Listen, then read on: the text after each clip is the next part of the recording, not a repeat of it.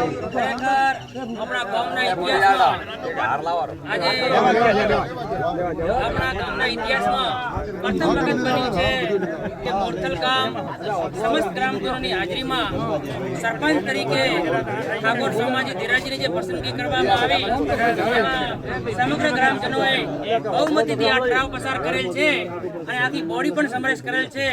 સાથે સાથે આ મોરથલ ગામના વિકાસમાં વડીલો યુવાનો સૌ સાથે મળી કોઈ પણ જાતના ભેદભાવ વગર ગામના વિકાસની હરણફાળમાં સબ સહયોગી થાવ, એકબીજાના કાર્યમાં મદદરૂપ થાવ અને આપણું ગામ ખૂબ પ્રગતિ કરે અને સારા વિચારો, શિક્ષણ અને આરોગ્ય ક્ષેત્રે આપણું હરણફાળ ભરે એવી હું આશા રાખું છું।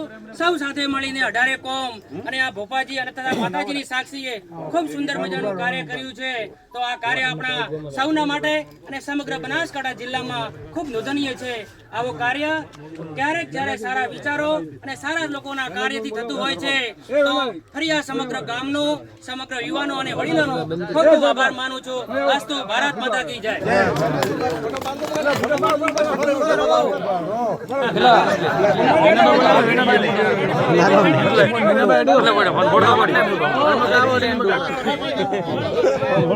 ના કાપી